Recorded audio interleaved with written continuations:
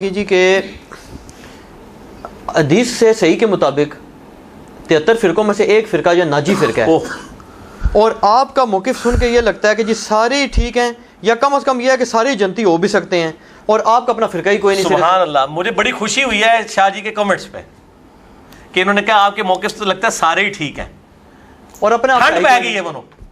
اگر آپ یہ کہتے نا کہ آپ کے موقع سے لگتا ہے کہ سارے ہی غلط ہیں اور آپ ٹھیک ہیں تو منو وقت چڑھ جانا سیدھے۔ شکر ہے سوال صحیح کیتا ہے تسی، واقعی کہ میرا کہیں موقف نہیں کہ سارے ہی غلط ہیں 100%۔ میں ساروں کو ہی غلط بھی مانتا ہوں اور ساروں کو صحیح بھی مانتا ہوں کسی نہ کسی معاملے میں، اس کو سمجھیں۔ ہم حضرت عیسیٰ کو مانتے بھی ہیں اور نہیں بھی مانتے۔ کیا مانتے ہیں؟ اللہ کا پیغمبر وجیہن فی الدنیا والآخرہ، اور کیا نہیں مانتے؟ اللہ کا بیٹا نہیں مانتے۔ ہم سنیوں کو ٹھیک مانتے بھی ہیں نہیں بھی مانتے۔ کس معاملے میں صحیح مانتے ہیں؟ جن معاملات میں وہ صحیح ہیں، جن میں غلط ہے غلط ہے۔ اس طریقے سے اہل تشیع کا بھی معاملہ ہے، اور جس معاملے تو یہ میں الحمدللہ یہ آپ نے بڑی اچھی بات کی ہے۔ اور ہم تو صرف یہ کرتے ہیں نا میرے بھائی، یہ لوگ کیا کرتے ہیں؟ ہم تو صرف غلطیاں پوائنٹ آؤٹ کرتے ہیں نا، یہ لوگ کیا کرتے ہیں؟ یہ لوگ کفر سے باہر نکالتے، کم از کم کفر میں داخل کرتے ہیں، اسلام سے باہر نکالتے ہیں کہ نہیں؟ ان کا موقف تو واضح ہے، وہ کہتے ہیں جی ہم فرقہ ناجیہ باقی سب جنوں میں۔ بس ٹھیک ہے، پھر ہم سے یہ کیوں ڈیمانڈ کرتے ہیں کہ ہم ان کو بتائیں کہ فرقہ ناجیہ کون سا ہے؟ جب یہ خود سارے ایک دوسرے اپنے آپ کو ناجیہ کہہ رہے ہیں تو پہلے یہ مولوی آپس میں فیصلہ کریں نا کہ ناجیہ کون ہے۔ اہل سنت اگر ناجیہ ہیں تو ان میں بریلوی ہیں، دیوبندی ہیں، یا اہل حدیث ہیں، اور ان کے بھی آگے آف شوٹس حنفی، شافعی، مالکی، حنبلی، بہت بڑے اختلافات ہیں۔ ویسے تو کہتے ہیں فروعی ہے، یہ فروعی اختلاف ہے کہ جو فاتحہ نہیں پڑھتا اس کی نماز نہیں ہے، اور دوسرا کہتا ہے جو فاتحہ پڑھے اس کے منہ میں انگارہ رکھ دو۔ یہ فروعی اختلاف ہوتا ہے، بہت بڑے بڑے اختلافات ہیں، جھوٹ بولتے ہیں، فروعی اختلافات ہیں۔ تو مولویوں تسی پہلے آپ فیصلہ کرو کہ کیڑا صحیح ہے کیڑا غلط ہے، سانو بعد اس لے کے آئیو تسی آپ۔ ہم کس کو سمجھتے ہیں؟ ہم یہ کہتے ہیں میرے بھائیوں، ہم اسی گروہ کو صحیح سمجھتے ہیں۔ بخاری اور مسلم کی حدیث ہے، ایک گروہ قیامت تک حق پہ قائم رہے گا۔ وہ گروہ سب سے پہلے تو صحابہ تھے نا، ان سے سٹارٹ ہوا ہے نا۔ صحابہ اگر بریلوی، دیوبندی، اہل حدیث، شیعہ تھے تو ہم وہ ہیں، اگر وہ سمپل مسلمان تھے تو ہم مسلمان ہیں۔ اب اختلافات جب پیدا ہوئے ہیں، ہم کتاب و سنت اجماع کو حجت مانتے ہیں۔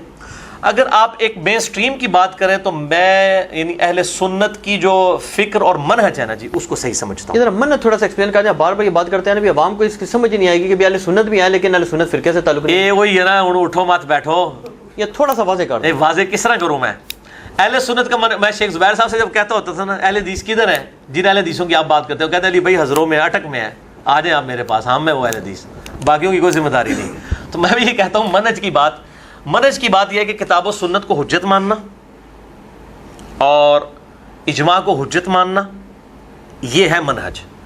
اب یہ بخاری مسلم سے احادیث آئی ہیں رفع الیدین والی، ان کو مان لینا، اور بنو امیہ کی بدماشی کے خلاف احادیث ہیں ان کا انکار کرنا شروع کر دینا، ان کے ساتھ کھینچا تانی شروع کر دینا، پھر منہج تو نہ ہوا، احادیث کو تو نہیں مان رہے۔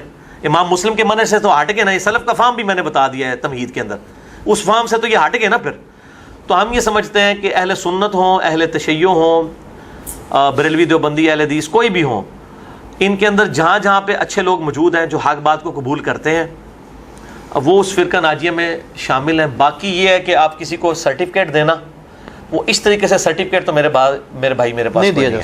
اور باقی جو روایت ہے ترمذی والی، وہ تو روایت ضعیف ہے، کون سی؟ 73 فرقوں والی، صحیح حدیث ابو داؤد میں، اس میں صرف اتنے الفاظ ہیں کہ ایک گروہ حق پہ ہوگا اور 72 دوزخ میں ہے، اور کہا گیا وہ ہے الجماعہ۔ یہ نہیں بتاتے، وہ نہیں ہے کہ اہل حدیث یا وہ بریلوی، اس میں الجماعہ۔ ان سے پوچھیں الجماعہ کیا ہے، سوال ہے نا۔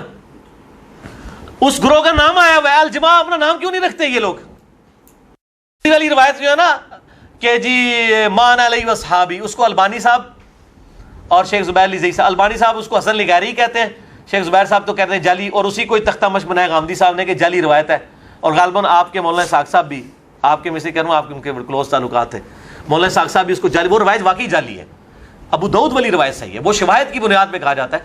تو یہ ذرا مجھے بتائیے نا آپ کہ الجماعہ کون ہے؟ الجماعہ کہ امت کی مین سٹریم کون سی ہے؟ جو 5 نمازوں کو مانتی ہے، جمع کرنا ہے وہ تو جواز دونوں طرف موجود ہے، ٹھیک ہے۔ اچھا، خانہ کعبے کی طرف منہ کر کے نماز پڑھتی ہے، نبی صلی اللہ علیہ وسلم کو آخری نبی مانتی ہے، ذبیحہ کرتے وقت اللہ کا نام لیتی ہے، جو موٹی موٹی چیزیں ہیں۔ باقی تو ہر معاملے میں اختلافات تو موجود ہیں، صحابہ کے اندر موجود ہے، بعد میں بھی چل سکتے ہیں، ٹھیک ہے۔ تو ہم یہ سمجھتے ہیں کہ ایسے لوگ بریلوی، دیوبندی، اہل حدیث، شیعہ، حنفی، شافعی، مالکی، حنبلی سب کے اندر موجود ہے جو اس الجماع میں داخل ہیں. آپ مجھے بتائیں آپ کا کتنے شیعہ کے ساتھ بھی رابطہ ہے؟ کتنے اثنا عشری علماء لیول کے لوگ بھی ہیں جو سب و شتم کو حرام سمجھتے ہیں؟ بالکل ہے نا. تو ایک تلوار سے سب کو اکارت کر دینا، یہ اسی طریقے سے ہے کہ میں اہل حدیثوں کے بڑے بڑے مولویوں کی ناسبیت پکڑوں اور میں اس سے سارے اہل حدیثوں کو ناسبی ڈکلیئر کر دوں. ناسبی ہونا بھی اتنی بڑی گالی ہے جتنی رافضی ہونا ہے نا. کیونکہ دونوں فرقوں کو دوزخ میں کہا گیا نا. یہ خالی رافضیوں کے اوپر بات کرتے ہیں نا، اور ناسبی ہیں. بھائی سیدنا علی کی تعریف سن کے اگر منہ چڑھنا شروع ہو جائے تو ناسبیت کی علامت ہے، اور کیا ہوئے گا. شیعوں والی باتیں شروع کر دی ہیں، حضرت علی کے فضائل بیان کرنا شروع کر دیں.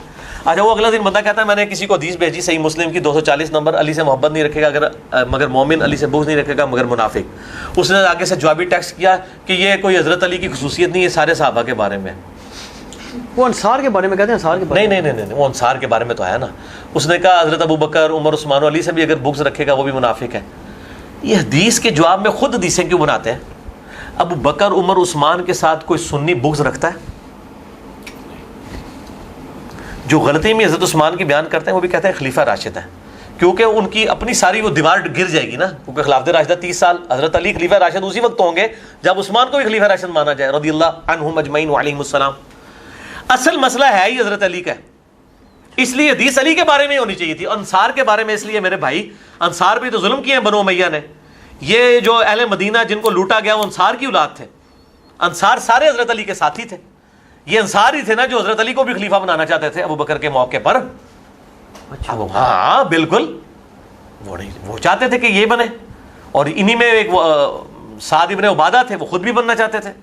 انہوں نے بیعت نہیں کی تھی حضرت ابو بکر کی، اور دیکھیں حضرت ابو بکر نے ان کو قتل نہیں کروایا، اختلاف رائے کیا، لیکن باقی انصاریوں نے بیعت کر لی. انہوں نے پوری زندگی بیعت نہیں کی ہے حضرت ابو بکر کی. وہ تو ویسے قتل ہی ہیں، یہ قتل ہوئے ہیں لیکن پتہ نہیں کس نے مارے ہیں. لیکن حضرت عمر کی بھی بیعت نہیں کی. اگر مارنا ہوتا اس وقت حضرت ابو بکر مار دیتے ہیں. وہ حضرت عمر کے دور میں شہید ہوئے ہیں، ابو بکر کے دور میں نہیں ہوئے ہیں. اچھا ٹھیک ہے. سعد ابن عبادہ ان کا بیٹا بھی غالباً بعد میں حضرت علی کی طرف سے لڑا بھی ہے میرا خیال ہے. اس کا نہیں مجھے پتا، لیکن یہ ہے کہ صحیح بخاری میں حدیث ہے. چلی گی بجلی؟ اچھا بس ٹھیک ہے. صحیح بخاری میں ایک حدیث ہے کہ اچھا قیس بن سعد ہے، ہاں وہ تو گورنر بھی رہا حضرت علی کا. جی ہاں جی. وہ یہ ہے کہ صحیح بخاری میں ایک حدیث ہے کہ میں نے ارادہ کیا کہ ابو بکر کو بلاؤں اور اس کے لیے لکھ دوں، اس کے بیٹے کو بھی بلا کے. پھر میں نے کہا کہ اللہ تعالیٰ اور میری امت ابو بکر کے علاوہ کسی کے لیے راضی نہیں ہوگی. اس میں خلافت کے الفاظ نہیں ہیں، ٹھیک ہے. لیکن یہ امام بخاری اس کو اسی سینس میں لے کے آئے کہ اس میں پریڈکشن تھی کہ امت کا اجماع خود سن لے گا. اور اس میں الفاظ ہیں کہ کوئی خواہش کرنے والا خواہش کرے گا لیکن میری امت ابو بکر پہ راضی ہوگی. تو وہ خواہش کرنے والا خواہش کرے گا وہ کون تھا؟ وہ سعد ابن عبادہ تھے. انہوں نے خود خواہش کی تھی سقیفہ بنی ساعدہ میں کہ ایک آپ میں سے خلیفہ ہو، ایک ہم میں سے ہوگا، کیونکہ ان کو خطرہ تھا کہ بھئی یہ پھر وہ کیا کہتے ہیں 2 خلیفہ بنا دو. ہاں پہلے تو یہ کہہ رہے تھے ایک تم میں سے سردار، ایک ہم میں سے. اچھا اب ان کو یہ خطرہ تھا کہ بھئی ہم انصار ہیں اور اب جن لوگوں نے فتح مکہ پہ معافی مانگ کے اسلام قبول کر لیا ہے ان کے باؤ اجداد کو ہم نے قتل کیا ہوا ہے. اگر یہ لوگ حکومت میں آگے تو ہماری ٹکا بوٹی کریں گے. بعد میں کی بھی نا. 2 ہی لوگ تھے حضرت علی اور انصار جن کے بارے میں تھا ان سے مومن محبت رکھے گا اور بغض رکھے گا مگر منافق. دونوں کے ساتھ ان لوگوں نے کیا کیا؟ بنو امیہ نے. ٹھیک ہے نا. ان کو خطرہ تو صحیح تھا نا، اور ہو بھی گیا بعد میں. ٹھیک ہے نا.